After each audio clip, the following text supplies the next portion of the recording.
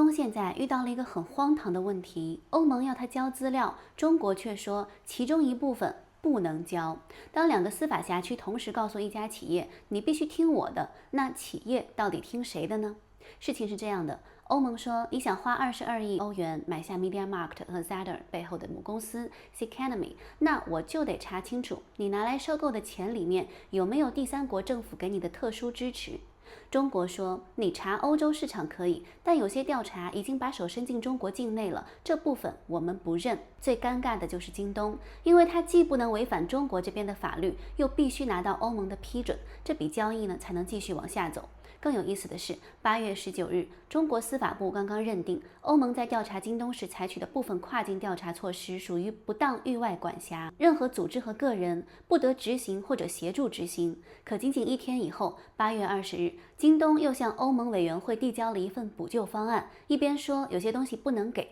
另一边呢谈还得继续谈。所以到了今天，这件事已经不只是欧盟到底批不批准京东收购这么简单了。真正的问题变成了，当两个司法辖区同时告诉一家企业你必须听我的，而且两边的要求可能互相冲突，那么这家公司该怎么办呢？上期我们已经讲过，京东为什么要进军欧洲，为什么看中 Ceconomy， 以及欧盟为什么根据外国补贴条例对这笔交易启动深度调查。这些呢，今天我们都不重复，我们只讲这几天真正发生的新变化。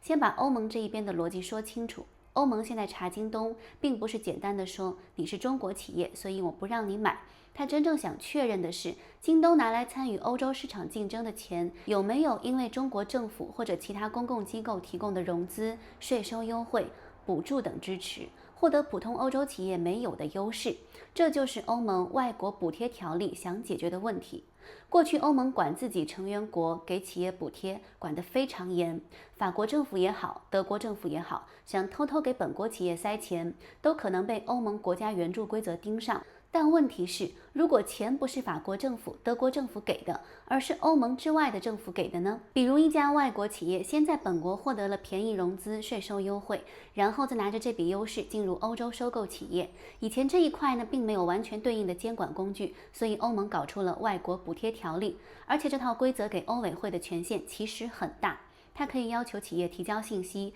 可以追查资金来源，也可以要求企业解释各种融资关系。所以从欧盟的角度看，他会认为这套审查如果只能查到欧洲境内，到中国境内就戛然而止，那外国补贴条例根本没法执行。一家企业完全可以说钱是在中国融的，银行也在中国，资料也在中国，你管不到。那欧盟永远都不知道这笔融资到底是不是优惠融资。所以欧盟的逻辑是，既然你主动来欧洲买几十亿欧元的公司，就得接受我对这笔钱的调查。问题恰恰就出在这里，中国问的是另一件事，你监管欧洲市场没问题，但你的调查权究竟能够伸进中国多深呢？8月19日，中国司法部给出了一个非常明确的回应。司法部认为，欧盟在京东案的调查过程中，向中国实体跨境索取了广泛的非必要的中国境内信息。于是，中国依据今年4月刚刚生效的反外国不当域外管辖条例，正式把相关做法识别为不当域外管辖。这里有一个很重要的细节，中国并不是说京东从现在开始一律不许配合欧盟，不是这个意思。它禁止的是任何组织和个人去执行或者协助执行那些已经被认定为不当域外管辖的具体措施。换句话说，欧盟整个调查没有被中国一刀切掉。真正发生争议的是，哪些资料欧盟可以要，哪些资料中国认为已经超出了合理边界呢？目前公开信息并没有把欧盟所有问题清单完整披露出来，所以这里不能乱猜。但是随后中国官方媒体披露的内容里，已经提到一个很值得注意的细节：欧盟的调查还涉及要求中国的银行机构配合，并且索取中方认为跟调查没有必要的关联的大量境内信息。这件事到这里就不再是什么抽象的主权问题了，它开始变成一个企业真正会碰到的现实难题。比如欧委会说，我要判断京东某一笔融资是不是优惠融资，所以我要看相关贷款条件和银行资料。但如果这些资料掌握在中国境内的银行或者其他机构手上，而中国主管机关又已经认定其中一部分要求属于不当域外管辖，那这些机构还能不能给呢？如果不给，欧盟怎么办？这才是事情真正麻烦的地方。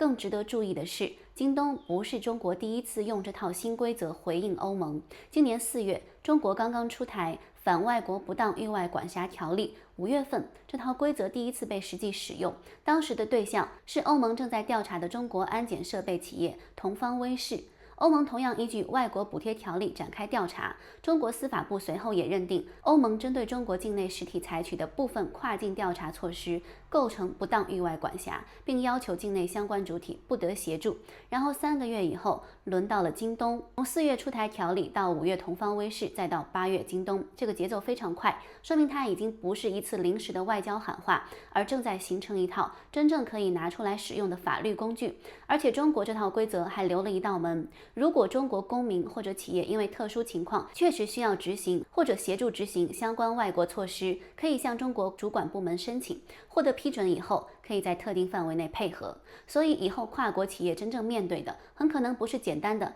给或者不给，而是这一份资料能不能给，给到什么程度，需不需要先申请，哪些属于正常的欧盟管辖，哪些已经被中国认定越界，每一项都可能要单独判断。对于一个几十亿欧元规模的跨境并购来说，这种不确定性本身就是成本。问题是，中国这边说不许给，欧盟那边会不会就说好吧，那算了？当然不会。外国补贴条例里面专门设计了一套针对企业不合作的机制。如果欧委会认为企业没有提供判断所需要的信息，它可以根据已经掌握的资料继续做出结论。而且法律明确说了，如果企业不合作，最终做出的判断可以比企业充分合作时更加不利。这意味着什么呢？意味着如果欧委会问你这笔融资是不是得到了特殊优惠，而企业没有办法提供足够资料证明没有，那欧委会不一定非得说，既然你证明不了，那我就不查了。他可能按照自己手里的其他证据继续往下推。如果最终认定外国补贴确实扭曲了竞争，欧委会可以接受企业提出补救承诺，可以附条件批准，严重的话也可以禁止交易。所以现在京东面对的处境才真正有意思。中国这边告诉相关主体，有些欧盟调查要求不能执行，欧盟那边则告诉京东，如果我拿不到判断所需要的信息，风险还是可能落在你身上。两边呢都不是在开玩笑，两边手上都有法律，而夹在中间的是企业。所以京东现在真正要做的，就是在两套法律之间找到一条还能走得通的路。